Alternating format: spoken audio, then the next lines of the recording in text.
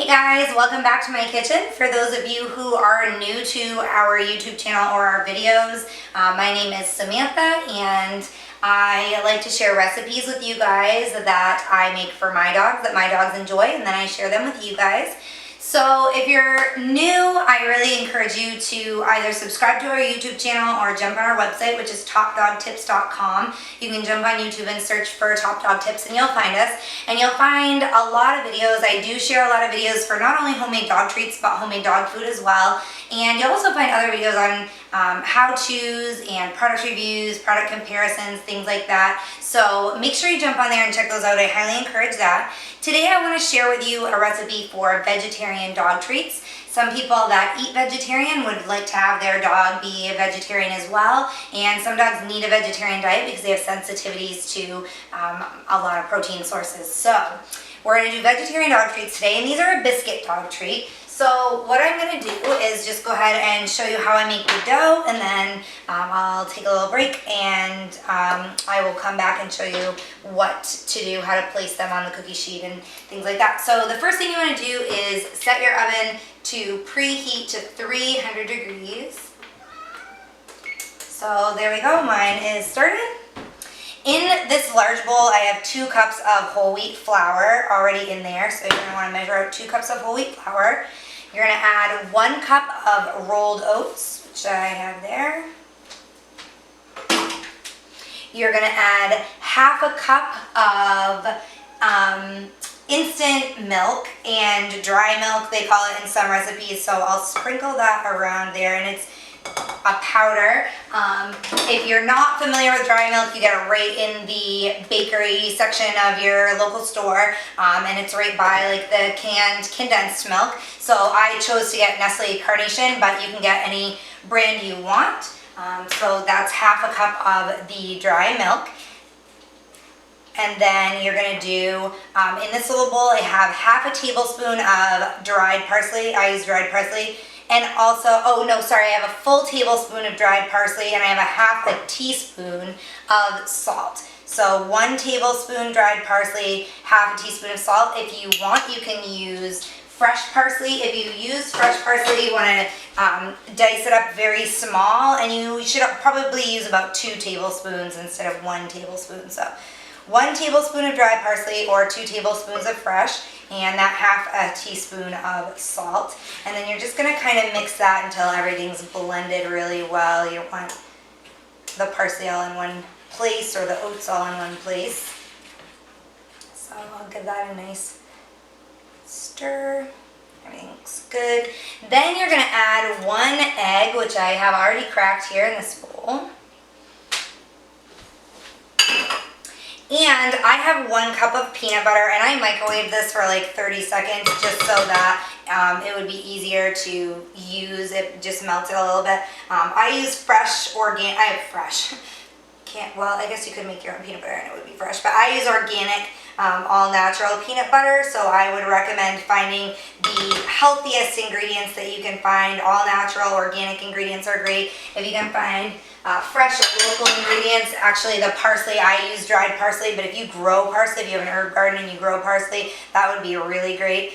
So you're going to go ahead and mix these together, and that's going to be very dry, and it's also going to turn into kind of a tough, doughy texture. So you want to go ahead and mix those. And just speaking on the ingredients again, if you can find anything that's organic or all natural, that they're more expensive, the healthier ingredients, which is too bad, but that's the way that it is. So if you can't afford it, don't worry about that. But the better quality ingredients that you can find, the better and the healthier that your dog treats are going to be. So that's always, the best option. Just like when you're making food for yourself, if you can find better quality ingredients, that's great. So that's all mixed around. It gets pretty crumbly. You can break up, if there's like large chunks of the peanut butter, you can kind of break those up and mix those in, but it starts to look really crumbly and dry, and that's a good thing. So don't think that you're doing anything wrong there. Scrape off this extra peanut butter that dried onto my rubber spatula. give that one more mix to get that extra peanut butter mixed in. And then you're going to add the wet ingredients, which are half a cup of cold water, which I have here. And this is fish oil. You don't have to use this if you don't want to. I highly recommend it. And I put it in a lot of the treats that I make for my dog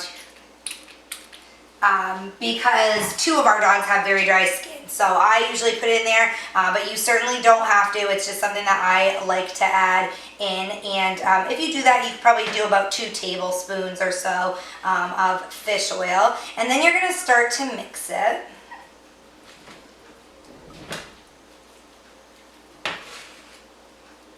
And you'll notice that it's getting definitely more moist because of the water and the fish oil, but it's still very crumbly.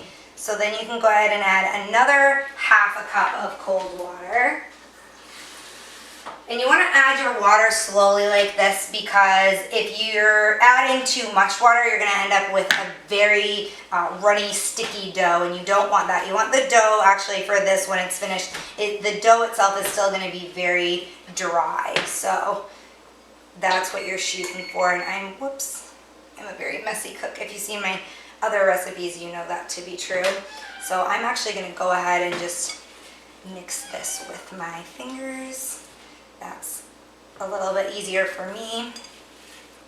It's very sticky. That's normal. So usually when you're making a dough type recipe, you want the dough to not be sticky. You want it to kind of be a little bit dry. And then if it is sticky, you usually will add more water, more flour. But that's not the case with these dog cookies. You want them to be sticky. So I think that's pretty good. Oh, still some stuck on the bottom. Make sure you flip it all over. That's why I find it easier to do with my hands. You can kind of get down into all those pockets. So now you have a pretty good dough forming here. And I'm going to take a little break, wash my hands, and I'll show you what to do with that dough in just a second. So your dough is all complete in your bowl right here, and actually that's why I moved it. So then you just take a cookie sheet and grease it. I'm going to spray mine. I have some canola oil spray here that I will spray mine with, but whatever you like to use to grease it is totally fine. And then what you want to do is, I just use a regular spoon, but you can actually measure them out if you want to be like a tablespoon. But I just take a spoon, take a little piece of them, and you just kind of drop, like I said, this dough is fairly dry. So you just drop them. There's no, remember that there's no rising agents in this dough, so you don't need to worry about getting them like really far apart or anything like that, because they're not going to rise a lot. So you can probably tell, doing some bigger ones and some littler ones, and that's because we have a small breed dog and then we have 2 large breeds.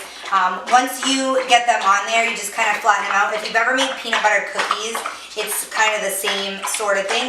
I usually do like one way with the fork and the other way, just to make sure they're all flattened. If you want to be a perfectionist, you can certainly make them more perfect than this, but this is the way that we do it, and it works very, very well. Because the dough is kind of sticky, it makes it very hard to roll them out.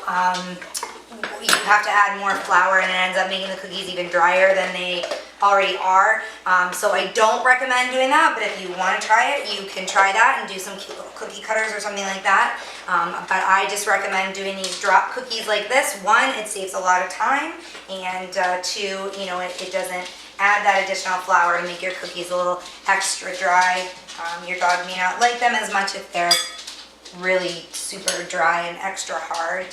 So I do it like that, just kind of squash them down. If you want to, you can certainly like sort of mold them into perfect circles and squash them so they look just like peanut butter cookies for dogs.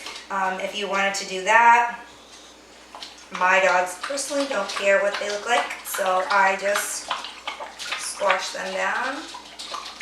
And like I said, I make some bigger ones for our larger breed, some smaller ones for our small breed.